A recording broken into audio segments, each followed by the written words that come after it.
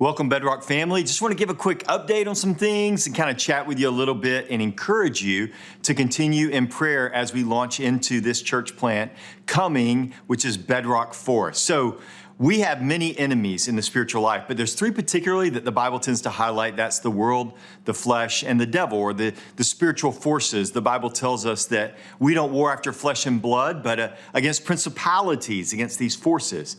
So I want to tell you a quick story recently.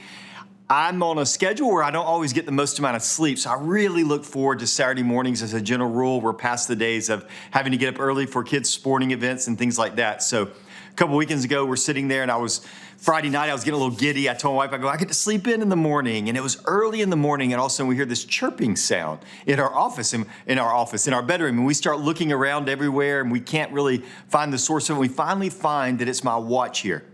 No alarm is set, it's not low battery, it's plugged in, and there seems to be no rhyme or reason why this thing is chirping.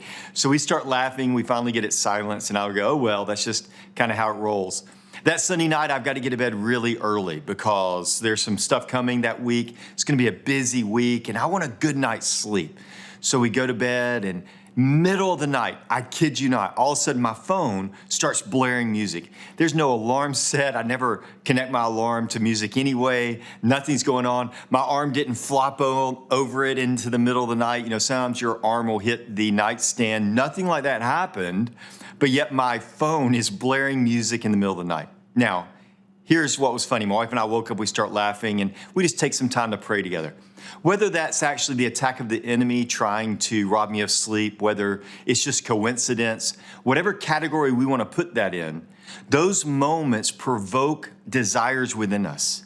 They promote exhaustion. They promote self-sufficiency. They promote at times anger that flows out of that exhaustion. So here's what I'm going to ask you to do.